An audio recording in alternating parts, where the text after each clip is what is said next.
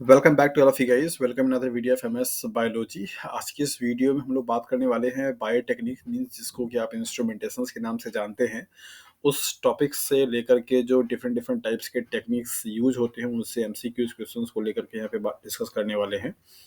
और अगर आप यूपीएचएससी असिस्टेंट प्रोफेसर एग्जाम्स की तैयारी कर रहे हैं या फिर एमपीपीएससी असिस्टेंट प्रोफेसर एग्जाम की तैयारी कर रहे हैं तो डेफिनेटली ये वीडियो आपके लिए है। बिकॉज जूलॉजी हो या बॉटनी दोनों के ही पेपर में आपको ये इंस्ट्रूमेंटेशन वाला जो टॉपिक है वो देखने को मिल जाता है। तो अगर आप जूलॉजी से हैं तो भी और बॉटनी से हैं तो भी आपको ये जो बायोटेक्निक्स या इंस्ट्रूमेंटेशन के नाम से जो जाना जाता है ये आपको पेपर देखने को या यूनिट देखने को आपको मिल जाता है। तो इस वीडियो में हम लोग देखेंगे इस बायोटेक्निक वाले टॉपिक से जो क्वेश्चंस हैं सॉरी उनको क्या करेंगे, डिस्कस करेंगे। सो पहला ही क्वेश्चन आपको दे रहा है, that is the advantage of light microscope over the electron microscopy is that. अब तक जनरली अमूमन क्वेश्चन आपसे पूछा जाता है कि इलेक्ट्रॉन माइक्रोस्कोप का एडवांटेज क्या है लाइट माइक्रोस्कोप पे, लेकिन यहाँ पे क्वेश्चंस को उल्टा कर दिया है और आपको ध्यान से समझना चाहिए। लाइट माइक्रोस्कोप का जो एडवांटेज है इलेक्ट्रॉन माइक्रोस्कोप पे क्या है। तो इलेक्ट्रॉन माइक्रोस्कोप का एडवांटेज तो आपने ढेर सारे पढ़े हुए हैं कि इस तरीके से कि ये ज़्यादा रेजोल्यूशन पावर का होता है, इससे मैक्सिमम मैग्निफिकेशंस किया जा सकता है, ये सारे एडवांटेज होते हैं। लेकिन सवाल यहाँ पे है लाइट माइक्रोस्कोप का। तो लाइट माइक्रोस्कोप का क्या एडवांटेज हो सकता है इलेक्ट्रॉन माइक्रोस्कोप का, ये स्टेटमेंट आपको यहाँ पे दे रखा है। पहला सवाल है, ऑप्शन है that is light microscopy provide for higher magnification then electron. ये तो गलत हो जाएगा, इलेक्ट्रॉन के लिए सही होता है। Light microscopy provide for higher resolution power then the electron microscopy, ये भी गलत हो जाएगा। Light microscopy allow one to view dynamic process in the living cells. This is the advantage of light microscope over on the electron microscope. Electron microscope से आप जिस किसी भी सैंपल को देखते हैं वो पूरा प्रोसेस्ड होकर के जाता है और उसकी प्रोसेसिंग में सेल्स को क्या करना पड़ता है, ड्राइड करना पड़ता है, उसको मारना पड़ता है, मीन्स डेड सेल्स की एग्जामिन हो पाती है। जबकि यहाँ पे आप लाइट माइक्रोस्कोप में लिविंग सेल्स में होने वाली जो प्रोसेसेस होती है मेटाबॉलिक एक्टिविटीज़, आप उनको भी एग्जामिन कर सकते हैं। सो सिंपल भाषा में अगर हम लोग समझें तो लाइट माइक्रोस्कोप से आप लाइव सेल्स को भी क्या कर सकते हैं, देख सकते हैं, मीन्स लिविंग सेल्स को भी एग्जामिन कर सकते हैं। जबकि इससे हमेशा सिर्फ और सिर्फ सैंपल जो होगा कैसा होगा, डेड सेल्स वाला होगा, डेड सेल्स को ही आप एग्जामिन कर पाएंगे। So this is the advantage of light microscope और ऑन द इलेक्ट्रॉन माइक्रोस्कोपी। बाकी सारे जो स्टेटमेंट दे रखे हैं वो इलेक्ट्रॉन माइक्रोस्कोप के लिए क्या है, सही है, न कि इसके लिए। सो नेक्स्ट क्वेश्चन है यहाँ पे second, that is the in the fractionations of homogenized cells using centrifugations. मतलब अगर आप कोई सेल्स लिए हुए हैं उसको सेल्स को क्या किया गया, ब्रेक आउट किया गया है और सेंट्रीफ्यूज में क्या कर रहे हैं, आप उसको पेन ड्रॉप में रख करके सेंट्रीफ्यूज कर रहे हैं, right. The primary factors that determine whether specific cellular components and up in the superintendent और द पेलेट।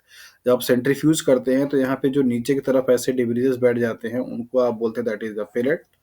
और यहाँ पे एक्वस फॉर्म में जो चीज रह जाती है उसको आप बोलते हैं that is the supernatant, right. तो इसका कॉन्सेप्ट यही होता है सेंट्रीफ्यूगेशन का कि लाइटर जो पार्टिकल्स होते हैं वो ऊपर की तरफ आ जाते हैं, हैवियर जो डेंसर पार्टिकल होते हैं वो नीचे तरफ क्या होते हैं, सेटल डाउन हो जाते हैं। तो जो सेटल डाउन हो जाएंगे उनको आप क्या बोलते हो, दैट इज द, उनको पेलेट बोला जाता है। और जो ऊपर ऐसे पानी में मीन्स एक्वस में मिक्सर रहेंगे उनको आप क्या बोलोगे, सुपरनेट बोलते हैं।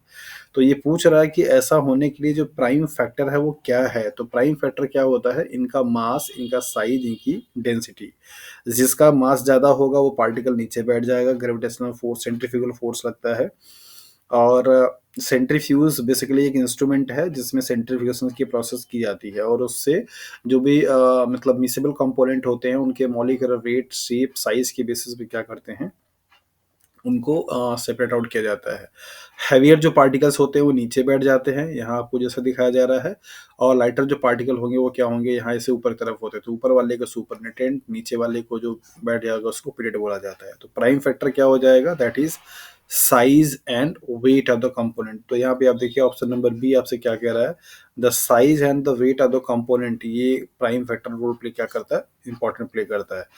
रिलेटिव सॉल्युबिलिटी कंपोनेंट ये गलत है, यहाँ पे कार्बोनेट का कंपोनेंट ये भी गलत है, द नंबर ऑफ एंजाइम ये भी क्या स्टेटमेंट गलत है। तो इसलिए ऑप्शन नंबर बी क्या है, सही है। अगला क्वेश्चन यहाँ पे आपको दे रखा है, दैट इज व्हाट, कि which of the following correctly list the order in which cellular component will be found in the pellet when homogenized cells are treated with increasing rapid spin in a centrifuge। पूछ रहा है कि यही जो आपका cell था जिसको कि आपने पूरी तरीके से फ्रैक्शनाइज कर दिया था और आपने इसको कहाँ पे डाल दिया, पूरा फ्रैक्शंस वाले जो पार्ट निकल कर के आए थे उन सभी को आपने क्या किया, सेंट्रीफ्यूज ट्यूब में डाल दिया अप एंड ड्रॉप में। और इस अप एंड ड्रॉप में आपने जब डाला है तो ये पूछ रहा है कि जब आप स्पिन मीन्स आरपीएम जिसको आप बोलते हैं रोटेशन पर मिनट, अगर ये रोटेशन पर मिनट आप बढ़ाते जा रहे हैं, मान लीजिए इनिशियली आपने क्या किया 1000 पे किया, फिर आपने 2000 पे किया, फिर आपने 5000 पे किया, इस तरीके से बढ़ाते जा रहे हैं, तो ये पूछ रहा है कि क्या ऑर्डर होगा कि कौन सी चीज़ बैठेगी। तो आपको इसके लिए समझना क्या होगा, कैसे आप इसको सॉल्व करेंगे। आप ध्यान दीजिए कि आरपीएम जो होता है वो एक तरीके का एक फैक्टर है जो कि सेटल डाउन करने में क्या करता है, हेल्प करता है। कम आरपीएम पे अगर कोई चीज़ सेटल डाउन हो जा रही है इसका मतलब उसका मास क्या होगा, ज़्यादा होगा। और जितना ज़्यादा स्पीड लगाने पर अगर कोई चीज़ सेटल डाउन हो रही है इसका मतलब उसका मास क्या होगा, कम होगा। तो अगर आप समझिए कि अगर आपके पास सेल्स में क्या-क्या कंपोनेंट्स होते हैं, जैसे यहाँ पे दे रखा क्लोरोप्लास्ट, राइबोसोम, न्यूक्लियस, इस तरीके से। तो इन सब में सबसे हैवी पार्टिकल क्या है? आपको जानकारी होना चाहिए कि सेल जब आपका फ्रैक्शनाइज़्ड होता है तो उसका न्यूक्लियस वाला जो पार्ट होता है वो सबसे क्या होता है, हैवियर पार्ट होता है, राइट? उसके बाद आपका आता है माइटोकॉन्ड्रिया, क्लोरोप्लास्ट, और इसके बाद फिर आता है एंडोप्लाज्मिक रेटिकुलम, फिर इसके बाद आपका गोल्गी बॉडी, फिर इसके बाद आपके आते हैं लाइसोसोम्स, फिर राइबोसोम, इस तरीके से। तो सबसे कम आरपीएम पे जो बैठेगा वो हैवियर होगा। हैवियर कौन होगा, न्यूक्लियस। तो न्यूक्लियस यहाँ पे दो ऑप्शंस में दे रखा है, एक ये दे रखा है, दूसरा आपका ये दे रखा है। इसके बाद मैंने आपको बताया राइबोसोम छोटा होता है as compare to the chloroplast के थे। न्यूक्लियस के बाद क्या आएगा आपका, माइटोकॉन्ड्रिया, क्लोरोप्लास्ट, फिर इसके बाद आपका क्या आएगा, गोल्गी बॉडी, एंडोप्लाज्मिक रेटिकुलम, तब आएगा आपका राइबोसोम। ये ऑर्डर होता है। जब आप अगर आपने लेलेंजर का बुक पढ़ा हुआ है तो आपको वहाँ पे देखने को मिल जाएगा, लेलेंजर के बुक में आपको दिया हुआ है। तो यहाँ पे ये ऑप्शन गलत इसलिए हो जाएगा कि यहाँ पे आपको राइबोसोम दे रहा था फिर क्लोरोप्लास्ट दे रखा, जबकि ऑर्डर क्या होगा, पहले क्लोरोप्लास्ट और या माइटोकॉन्ड्रिया, फिर इसके बाद आपका क्या होगा, राइबोसोम। तो ऑप्शन नंबर ई में देखिए, न्यूक्लियस दिया हुआ है, माइटोकॉन्ड्रिया दिया हुआ है, राइबोसोम दिया हुआ है। ये सवाल लगाने के लिए, मतलब सॉल्व करने के लिए आपके पास दो चीज़ का इन्फॉर्मेशन होना चाहिए कि आपके सेल्स में सबसे जो मतलब अगर आप फ्रैक्शनाइज करते हैं तो सबसे लाइटर पार्टिकल या लाइटर कंपोनेंट कौन सा है और हैवियर कंपोनेंट कौन सा है। तो जो हैवियर होगा उसके लिए आरपीएम कम चाहिए और जो लाइटर होगा उसके लिए आरपीएम ज़्यादा चाहिए। तो सवाल में यही दे रखा था कि जब आप होमोजेनाइज सेल्स को ट्रीट कर रहे हैं with increasing rapid spin in centrifuge, spin क्या हो रही है, बढ़ती जा रही है, राइट? तो इस तरीके से यहाँ पे ये पिलेट के फॉर्म में जो आएगा कम आरपीएम पे उसकी वेट क्या होगा, ज़्यादा होगा। तो ऑप्शन नंबर ई क्या हो जाएगा, सही हो जाएगा। अगला क्वेश्चन पूछ रहा है, if a modern electron microscope, TEM, TEM का मतलब हो गया transmission electron microscope, transmission electron microscope, right, can resolve biological image to the nanometer levels as opposed to the best light microscope। मतलब स्टेटमेंट ये दे रखा कि अगर मॉडर्न इलेक्ट्रॉन माइक्रोस्कोप टेम जो है वो रिजॉल्व कर सकता है इमेज को नैनोमीटर के भी लेवल पे, जैसा कि जो कि जस्ट उल्टा है किसके, that is the best micro light microscope के। This is due to which are the following. ऐसा करने के लिए उसके पीछे लॉजिक क्या है, क्यों ऐसा है कि इलेक्ट्रॉन माइक्रोस्कोप का रेजोल्यूशन पावर बहुत ही फाइन है, बहुत ज़्यादा है as compare to the light microscope के। तो आपको अच्छी तरीके से पता होगा कि रेजोल्यूशन पावर का कॉन्सेप्ट क्या होता है, पहले आप उसको ध्यान दे लीजिए। जब आप लेंस को पढ़ते हैं तो यहाँ पे आपको दो चीज़ें पढ़ने को मिलती है, रेजोल्यूशन पावर और मैग्नीफिकेशन पावर। ये दोनों कॉन्सेप्ट अलग अलग होते हैं, पहले आप इनको समझ लीजिए। तो रेजोल्यूशन पावर का मतलब होता है कि दो कोई क्लोजली पास में रखे हुए जो ऑब्जेक्ट होते हैं उनके बीच के डिस्टेंस को क्लियरली डिस्टिंग्विश देखने की एबिलिटी को आप क्या बोलते हैं, that is the resolution power, right? जैसे सपोज ये डॉट ऐसे इस तरीके से दे दिया जाए तो आपको शायद अभी ये डॉट एक दिखाई दे रहा होगा लेकिन एक्चुअली में क्या है, ये दो है। तो किसी लेंस की वो एबिलिटी जो कि दो क्लोजली प्लेस किए गए ऑब्जेक्ट को डिस्टिंग्विश कर पाए उसको आप रेजोल्यूशन पावर के नाम से जानते हैं। जबकि मैग्निफिकेशन का मतलब होता है कि मान लीजिए ये कोई अगर आपका एक ऑब्जेक्ट है जो कि 1 सेंटीमीटर का है और अगर आपने इसको क्या किया 10x पे देखा हुआ है तो ये क्या दिखाई देगा, 10 सेंटीमीटर का दिखाई देगा। तो एक्चुअल साइज से इनलार्ज करने की एबिलिटी को आप क्या बोलते हो, मैग्निफिकेशन पावर। तो रेजोल्यूशन पावर जो होता है वो डिपेंड किस पे करता है, जो भी लाइट होती है, जो भी सोर्स ऑफ लाइट रेडिएशंस होता है, लाइट होती है, उसके वेवलेंथ पे, राइट। अगर वेवलेंथ क्या होगा, ज़्यादा होगा तो रेजोल्यूशन पावर क्या होगी, कम होगी। तो मतलब अगर आप यहाँ पे देखेंगे तो रेजोल्यूशन पावर में जो रिलेशन है वेवलेंथ पे कैसा है, जस्ट इनवर्सली है। अगर रेजोल्यूशन पावर ज़्यादा होगा तो वेवलेंथ शॉर्टर होगी, अगर वेवलेंथ आपका क्या होगा, ज़्यादा होगा तो रेजोल्यूशन पावर क्या होगी, आपका छोटा होगा। तो इलेक्ट्रॉन माइक्रोस्कोप में बीम के रूप में क्या यूज करते हैं, इलेक्ट्रॉन रे यूज करते हैं। क्या यूज करते हैं, इलेक्ट्रॉन रे। जबकि लाइट माइक्रोस्कोप में क्या यूज करते हैं आप, विजिबल लाइट। तो विजिबल लाइट के कंपैरेटिवली इलेक्ट्रॉन का जो वेवलेंथ है वो बहुत ही क्या होता है, शॉर्ट होता है। तो वेवलेंथ छोटा हुआ था, रिजोल्यूशन पावर क्या होगी, ज्यादा हो जाएगी। तो इलेक्ट्रॉन माइक्रोस्कोप का जो रिजोल्यूशन पावर बहुत बेहतर है या अच्छा क्वालिटी का है या अच्छा है इंस्ट्रूमेंट, उसके पीछे का रीजन क्या है, दैट इज द इलेक्ट्रॉन का शॉर्टर वेवलेंथ होना। मतलब इलेक्ट्रॉन रे का वेवलेंथ जो है वो शॉर्टर है as compare to the light rays के, राइट। तो इसकी वजह से वो बेहतर दिखाई देता है। तो यहाँ पे आप देखिए, the focal length of the electron microscope is significantly longer, नहीं। Contrast is enhanced by staining with the atoms of heavy metals? No. Electron beams have much shorter wavelength than the visible light. Exactly. ये option क्या है आपका, सही है कि electron जो beam होती है उसका वेवलेंथ बहुत बहुत छोटा होता है, जिसकी वजह से रेजोल्यूशन पावर उसकी क्या होती है, बहुत ही ज़्यादा होती है। तो ऑप्शन नंबर सी क्या हो जाएगा, इसके लिए सही हो जाएगा। क्वेश्चंस का आंसर्स लगाने के साथ साथ में आप इनके कॉन्सेप्ट को भी समझते रहिए कि क्या एग्जैक्टली इनके पीछे का लॉजिक है, ताकि आप इस तरीके के क्वेश्चंस को अच्छे से सॉल्व कर पाएँ। यहाँ पे फिर से एक सवाल दिया हुआ है इलेक्ट्रॉन माइक्रोस्कोप के रिगार्डिंग में। A biologist is studying kidney tubules in small mammals, right? She wants especially to examine the juxtaposition of different types of cells in these structures. The cells in questions can be distinguished by external shape, size, and three-dimensional characteristics.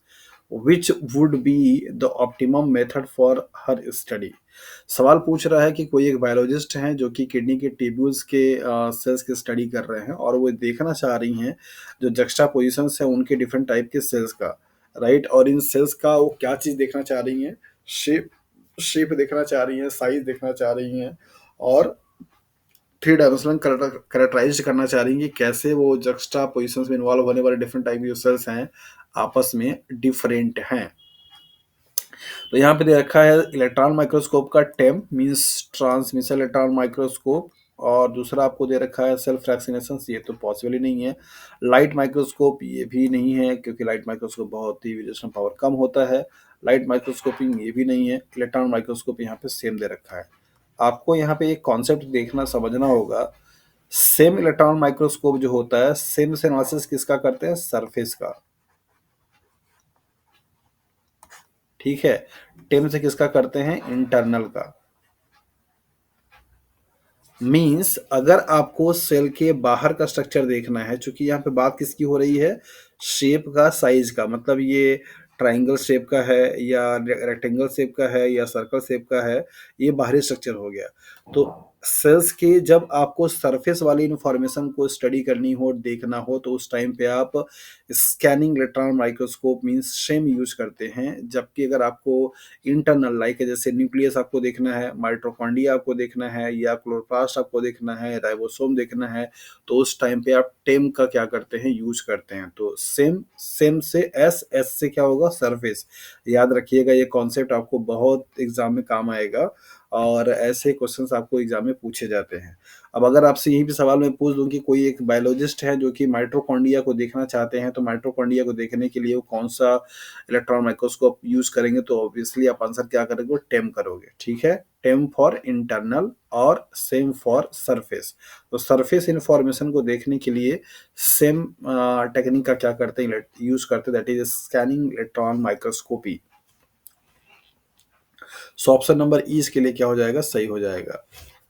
यहाँ पे अगला सवाल है, two proteins have the same molecular mass and have identical net charge at pH 7, the best way to separate them would be to use. बोल रहा है कि दो कोई प्रोटीन है और दोनों का ही मॉलिक्यूलर मास क्या है, सेम है, और उनके आइडेंटिकल जो नेट चार्जेज हैं वो भी क्या है, मतलब उनके जो चार्जेस हैं नेट PS7 पे वो भी क्या है, आइडेंटिकल है, मतलब बराबर बराबर है। तो उस कंडीशन में आप क्या यूज करेंगे उनको सेपरेट करने के लिए? SDS polyacrylamide electrophoresis means SDS PAGE, या नेटिव इलेक्ट्रोफोरेसिस, या केटायन क्रोमेटोग्राफी, या एनहांसिंग क्रोमेटोग्राफी। ये सारी टेक्निक आपको यहाँ पे दे रखी है। पूछ रहा है कि आप अगर यहाँ पे मॉलिक्यूलर मास का डिफरेंसेस होता फिर तो आप नॉर्मली इलेक्ट्रोफोरेसिस आप कर देते। आइडेंटिकल नेट चार्जेस है, मतलब कि उनका नेट पीएच जो चार्जेस है वो PS7 पे क्या है, आइडेंटिकल मींस बराबर बराबर है। तो फिर उस कंडीशंस में आप क्या यूज करेंगे? एसडीएस यूज करेंगे, नेटिव, पहले तो उनको आप देख लीजिए। नेटिव जेल इलेक्ट्रोफोरेसिस आप तब यूज करते हैं जब किसी प्रोटीन्स को उसके नेटिव मींस ओरिजिनल कन्फर्मेशन में ही आपको जाननी होती है, तब आप नेटिव पेज यूज करते हैं। एसडीएस का मतलब होता है कि डी नेचर्ड फॉर्म में, मतलब वो प्रोटीन पूरी डी नेचर्ड हो जाएगी तब जाकर के क्या होगा वहाँ पे उसकी इलेक्ट्रोफोरेसिस परफॉर्म की जाती है। केटायन आयन एक्सचेंज क्रोमेटोग्राफी आप क्या करते हैं, यूज करते हैं तब जब उन पे कोई चार्जेज होता है, और चार्ज मॉलिक्यूल्स को या चार्ज प्रोटीन्स को सेपरेट करने यूज करने के लिए क्या करते हैं, आप यूज करते हैं। ठीक है, तो सवाल यहाँ पे दे रखा है the best way to separate these, कौन सा टेक्निक आप इनको यूज करोगे जिससे कि आप आसानी से इनको सेपरेट आउट कर सकते हैं।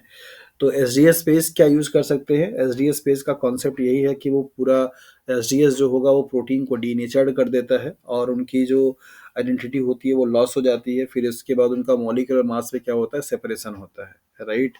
चूंकि यहाँ पे दोनों ही प्रोटीन मॉलिक्यूलर मास सेम है तो उनका कोई कॉन्सेप्ट क्या लग पाएगा, करना चाहिए, मतलब क्या हो सकते हैं। और दूसरा यहाँ पे आपको दे रखा है कि that is identical net charges है PS7 पे। ठीक है, यहाँ पे मास सेम दे रखा है लेकिन उनका साइज या फिर मतलब शेप जो है वो सेम नहीं दे रखा है।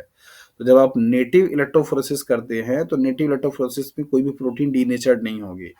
तो इनका जरूरी है कि दो प्रोटीन जिनका मास सेम है उनका शेप सेम नहीं होगा, या ऐसा कोई जरूरी हमें यहाँ पे मेंशन नहीं किया गया है, राइट। तो जब आप नेटिव इलेक्ट्रोफोरेसिस के फॉर्म में करेंगे तो ये दोनों प्रोटीन जिनका जो शेप अलग अलग होगा, एक ही मतलब सेम मॉलिक्यूलर मास के दो प्रोटीन इलेक्ट्रोफोरेसिस में सेपरेट हो सकते हैं तब जब उनका शेप क्या हो, अलग अलग हो। तो इनका जो नेटिव कन्फर्मेशन होगा उसी फॉर्म में इनको सेपरेट करने के लिए नेटिव पेज चलाया जाएगा ताकि वो आसानी से सेपरेट आउट हो सके। एसडीएस पेज भी नहीं चला सकते क्योंकि एसडीएस चलाएंगे तो इनका जो कन्फर्मेशन होगा वो लॉस हो जाएगी, मॉलिक्यूलर बेसिस पे सेपरेट आउट नहीं हो पाएंगे, राइट। एनायन और कैटायन का यहाँ पे कॉन्सेप्ट नहीं ऐड कर सकते क्योंकि इन पे प्रोटीन PS7 का दे रखा है, आइडेंटिकल है मींस बराबर बराबर है, कोई नेट चार्जेस नहीं है, मतलब कोई डिफरेंसेस नहीं है। तो नेटिव इलेक्ट्रोफोरेसिस इस ऑप्शन के लिए सही होगा बिकॉज इन प्रोटीन्स को नेटिव कन्फर्मेशन में ही क्या करना पड़ेगा, सेपरेट आउट करना पड़ेगा ताकि पता चल सके क्योंकि मॉलिक्यूलर मास सेम है लेकिन शेप जो है वो सेम नहीं है। अगला सवाल एसडीएस से फिर से है, SDS is used while separating protein by polyacrylamide electrophoresis because, यहाँ पे पूछा जा रहा है कि जब आप पेज यूज करते हो तो उस टाइम पे एसडीएस यूज किया जा रहा है, ऐसा क्यों और एसडीएस का क्या काम है? It help in solubilize of protein there by making it easier to separate, क्या ये प्रोटीन को सोल्यूबलाइज करता है? नहीं, सोल्यूबलाइजिंग का काम नहीं। एसडीएस एक डिटर्जेंट है जो कि बाइंड करता है और यूनिफॉर्मली नेगेटिवली चार्ज क्या करता है, क्रिएट करता है, ठीक है। It bind to protein and conform uniform negative charge density thereby making them move during the electrophoresis। Exactly, SDS एक डिटर्जेंट है जो कि प्रोटीन्स पे, कोई भी प्रोटीन होगी, मान लीजिए अगर इस तरीके का कोई प्रोटीन है लाइक दैट, इस तरीके से, सॉरी, यहाँ पे मान लीजिए अगर आपका ये प्रोटीन है तो इस प्रोटीन को क्या किया जाएगा, एसडीएस आकर के पूरा ऐसे क्या करता है, बाइंड करता है, और बाइंड करने के बाद इन पे क्या करता है, यूनिफॉर्मली क्या करता है, नेगेटिव चार्ज स्पेयर कर देता है, जिसकी वजह से अब ये प्रोटीन सिर्फ मॉलिक्यूलर वेट के बेसिस पे क्या होता है या मॉलिक्यूलर मास के बेसिस पे क्या होगा, सेपरेट आउट होगा इलेक्ट्रोफोरेसिस में। इलेक्ट्रोफोरेसिस का कॉन्सेप्ट होपफुली आपको पता ही होगा, देखा ही होगा आप लोगों ने किस तरीके का बैंड आता है। तो ऑप्शन नंबर इसके बी क्या हो जाएंगे, सही हो जाएंगे, क्योंकि यहाँ पे नेगेटिवली चार्ज वो क्या करता है, डेवलप करने का काम करता है। अगला सवाल स्पेक्ट्रोस्कोपी से है, UV spectroscopy is not used to quantitate the compound based on absorbance. पूछ रहा है कि यूवी स्पेक्ट्रोस्कोपी को यूज नहीं कर सकते क्वांटिटेट करने के लिए the compound based on absorbance, Nucleic acid have absorbance peak at 260 nanometer. NADH PA has absorbance peak at 10 nanometer. Aromatic amino acid have absorbance maximum at 280 nanometer and sulfur containing amino acid have absorbance at 270 nanometer. तो पूछ रहा है कि इनमें से किसको quantify करने के लिए आप यूज नहीं कर सकते हैं यूवी स्पेक्ट्रोस्कोपी को। ठीक है, तो यहाँ पर आपको ध्यान देना होगा कि हाँ कौन सा है जिसको कि आप यूज नहीं कर सकते हैं। 260/280 यूज आप करते हैं न्यूक्लिक एसिड को करने के लिए, ये अच्छी तरीके से पता है। और इसके बाद एरोमेटिक जो अमीनो एसिड्स होते हैं उनकी एब्जॉर्बेंस मैक्सिमम 280 नैनोमीटर पे होती है, ये भी आपको मालूम है। NADH जो कि आपका एक न्यूक्लियोटाइड है और न्यूक्लियोटाइड होने का मतलब कि बेसिस है, उसकी जो पीक है वो 340 नैनोमीटर पे है, ये भी स्टेटमेंट सही है। सल्फर कंटेनिंग अमीनो एसिड जो होते हैं उनकी एब्जॉर्बेंस 270 पे रिपोर्ट नहीं की गई है, तो ऑप्शन नंबर डी क्या होगा, सही हो जाएगा। The rate of migration of a protein in SDS page is not influenced by. पूछ रहा है कि जो एसडीएस पेज आपने ऐसे देखा हुआ है जेल वाला, और इस जेल में आपके यहाँ पे क्या होते हैं, ऐसे कॉमो बने हुए होते हैं, वेल्स बने हुए होते हैं। इन वेल्स में जो आप प्रोटीन को यहाँ पे डालते हो, तो इसी की बात ये कर रहा है कि जो इनका माइग्रेशन होगा, आपने जो यहाँ पे प्रोटीन को डाला है और इस प्रोटीन का जो इस तरीके से माइग्रेशन होगा, जो बैंड आएगी, मतलब मान लीजिए किसी का यहाँ पे बैंड आता है, किसी का यहाँ बैंड आता है, किसी का यहाँ बैंड आता है, किसी का यहाँ आता है, किसी का यहाँ आता है, राइट। तो ये जेल बैंड है आपके। तो ये पूछ रहा है कि इनका जो माइग्रेशन होगा वो किस चीज़ पे इन्फ्लुएंस में, किस चीज़ से इन्फ्लुएंस्ड नहीं होगी। Size of the protein, charge on the protein, pore size of the protein, या strength of the electric field. आप यहाँ पे ध्यान दीजिए, प्रोटीन का जो माइग्रेशन होगा वो प्रोटीन के साइज पे डिपेंड करेगा, यस। चार्ज पे डिपेंड करेगा, एसडीएस पेज में क्या चार्ज पे डिपेंड करेगा, चार्ज पे डिपेंड करेगा। दूसरा देखा पोर साइज ऑफ द प्रोटीन, यहाँ पे प्रोटीन का तो कोई पोर साइज नहीं होगा, यहाँ pore size of the gel होना चाहिए, जो कि स्टेटमेंट ही गलत है, यहाँ पे जेल हो जाएगा। Strength of the electric field, exactly strength पे भी डिपेंड करेगा, पोर साइज पे भी डिपेंड करेगा, फिर इसके साथ साथ में आपका साइज पे भी डिपेंड करेगा, लेकिन चार्ज पे डिपेंड नहीं करेगा, क्योंकि चार्ज जो होगा वो क्या हो जाएगा, यूनिफॉर्म कर दिया जाता है एसडीएस पेज में। तो मतलब नॉर्मली इलेक्ट्रोफोरेसिस E/M पे काम करता है, मतलब चार्ज बाई मास वाले रेशियो पे, लेकिन चूंकि चार्ज एसडीएस को डाल करके क्या करते हैं, यूनिफॉर्म कर देते हैं, तो अब प्रोटीन का माइग्रेशन सिर्फ और सिर्फ मास के बेसिस पे होना शुरू हो जाता है। तो यहाँ पे ये स्टेटमेंट आपका जो है that is the charge on the protein, ये क्या हो जाएगा, गलत है, मतलब इससे इन्फ्लुएंस नहीं होगा, तो ऑप्शन नंबर ये क्या होगा आपका, सही हो जाएगा। बाकी सारे ऑप्शन इसके लिए गलत है, क्योंकि ये स्टेटमेंट सही है एसडीएस पेज के लिए। तो ऑप्शन नंबर बी क्या है इसके लिए, charge of the protein is not influenced by the migration of the protein. अगला सवाल फिर एसडीएस से है। SDS is used in PAGE electrophoresis of mixture of a protein for their efficient separation of the gel. SDS used to, SDS क्या करता है, right.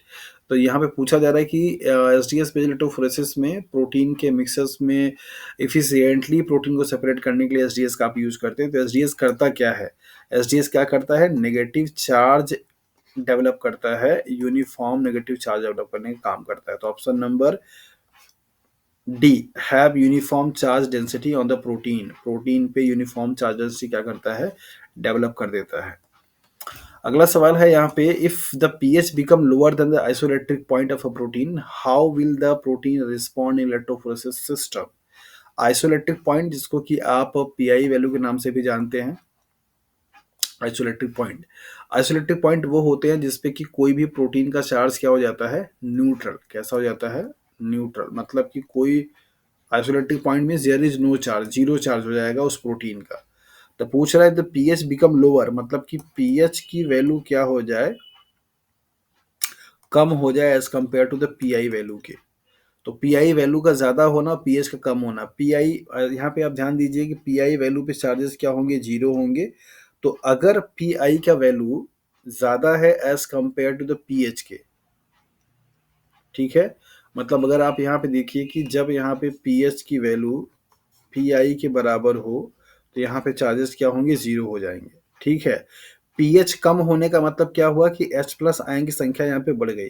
इस time पे प्रोटीन आपको कैसा दिखाई देगा, यहाँ पे ध्यान से देखिए, प्रोटीन आपको दिखाई देगा लाइक एज इस तरीके से, ये कार्बन हो गया, ये कार्बोक्सिलिक आयन हो गया नेगेटिव चार्ज, यहाँ पे हो गया आपका NH3 पे पॉजिटिव चार्ज। ये अमीनो एसिड का स्ट्रक्चर है, ये H+ और ये आपका क्या है R, या इसको आप S मान लीजिए, ये क्या है आपका R।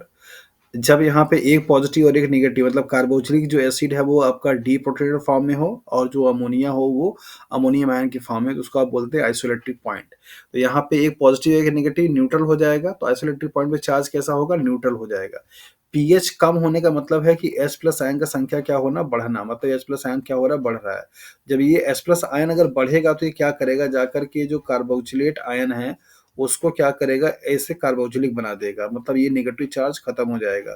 तो चार्ज डेवलप ओवरऑल क्या आएगा, इस पे पॉजिटिव आएगा। मतलब कॉन्सेप्ट यहाँ पे क्या आया कि अगर पीएच की वैल्यू कम हो पीआई से तो प्रोटीन पे चार्ज क्या होगा, नेगेटिव होगा, और पीएच की वैल्यू अगर पीआई के बराबर हो तो क्या होगा, जीरो होगा। सिमिलरली अगर यहाँ पे अगर आपका पीएच की वैल्यू क्या हो जाए, अगर पीएच की वैल्यू क्या हो, ज़्यादा हो as compare to the pI के, तो यहाँ पे चार्जेस क्या होंगे, आपके नेगेटिव हो जाएंगे। तो पूछ रहा है कि यही क्या करेगा कि प्रोटीन रिस्पॉन्ड इलेक्ट्रोफोरेसिस क्या हो जाएगा, तो इस पे चार्ज क्या आ गया भैया, पॉजिटिव। अब देखते हैं, become denatured, migrate to the negative pole, migrate to the positive pole, remain stationary। Obviously इस पे पॉजिटिव चार्ज आ गया है तो ये मूव कहाँ पे करेगा, नेगेटिव पोल की तरफ, तो ऑप्शन नंबर बी क्या होगा, सही हो जाएगा। ये कॉन्सेप्ट आपको बायोकेमिस्ट्री का आपको समझना पड़ेगा कि पीआई का कॉन्सेप्ट क्या है और पीआई का पीएच से क्या रिलेशन है। पीआई एक ऐसा पीएच होता है जिसपे उस प्रोटीन पे ओवरऑल चार्जेस क्या हो जाते हैं, न्यूट्रल हो जाते हैं। कई बार ये लोअर एग्जामिनेशन में सवाल पूछा गया है, आइसोइलेक्ट्रिक पॉइंट क्या होता है, आइसोइलेक्ट्रिक पॉइंट से आप क्या समझते हैं। तो आइसोइलेक्ट्रिक पॉइंट बेसिकली एक ऐसा पॉइंट है, एक ऐसा पीएच है जिसपे प्रोटीन पे ओवरऑल चार्जेस क्या होते हैं, जीरो होते हैं। तो जब पीआई की वैल्यू ज़्यादा हो और पीएच की वैल्यू कम हो तो वहाँ पे चार्जेस क्या आएंगे, पॉजिटिव, और जब पीएच की वैल्यू क्या हो, ज़्यादा as compare to the pI के, तो क्या आएगा, नेगेटिव। तो जब प्रोटीन पे पॉजिटिव चार्ज होगा तो मूव कहाँ पे करेगा, नेगेटिव पोल की तरफ। तो ऑप्शन नंबर बी क्या होगा इसके लिए, सही हो जाएगा। डियर फ्रेंड्स, इस वीडियो में इतना ही। नेक्स्ट वीडियो में किसी और इन्फॉर्मेशन और क्वेश्चंस के साथ में मिलेंगे, और इस तरीके से ही आप खुद से भी प्रैक्टिस करते रहिए आपके एग्जाम्स की तैयारी के लिए, that is UPHSC assistant professor exams के लिए। बहुत इंपॉर्टेंट है और बहुत ही क्रूशियल टाइम चल रहा है। इस टाइम पे आपको ज़्यादा से ज़्यादा क्वेश्चंस को प्रैक्टिस करना चाहिए। और अगर आप प्रैक्टिस करने के लिए हमसे जुड़ना चाहते हैं टेस्ट सीरीज़ के लिए, तो आप एमएस बायोलॉजी का जो ऐप है उसको आप डाउनलोड कर सकते हैं, और उस ऐप पे आपको यूपीएचएससी असिस्टेंट प्रोफेसर के टेस्ट सीरीज़ का कोर्स जो है वो अवेलेबल है, आप उसको देख सकते हैं। उसमें सारे यूनिट के पीडीएफ मिल जाएंगे आपको, क्वेश्चंस के, एमसीक्यूज के 70 40 50 इस तरीके से, और वहाँ पर आपको उसके वीडियोस भी मिलते हैं एक्सप्लेनेशंस वाले, तो आप उसको देख सकते हैं। और बाकी इस वीडियो में आपको क्या अच्छा लगा और क्या अभी भी आपकी प्रॉब्लम बनी हुई है, आप ज़रूर अपना कमेंट सेक्शन से बताइए कि आपको इस टॉपिक पे और ज़्यादा क्लियरिटी की ज़रूरत है। So thank you for watching this video.